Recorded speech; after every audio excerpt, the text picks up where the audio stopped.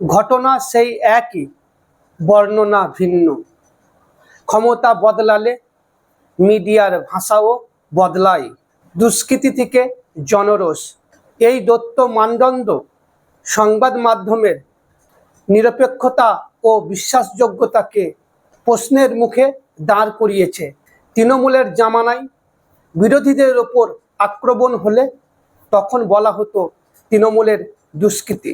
অনুরূপ বিজেপির জামানায় বিরোধীদের ওপর আক্রমণ হলে বলা হচ্ছে জনরোষ।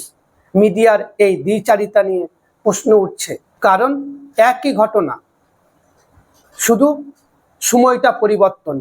তখন ছিল তৃণমূল, এখন আছে বিজেপি।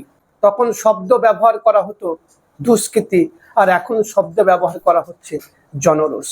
দুষ্কৃতি তো দুষ্কৃতি, সেটা তৃণমূল হোক বা বিজেপি। এটাকে আপনারা কেমন ভাবে দেখছেন? অবশ্যই আপনাদের মতামত কমেন্ট বক্সে জানাবেন। ধন্যবাদ।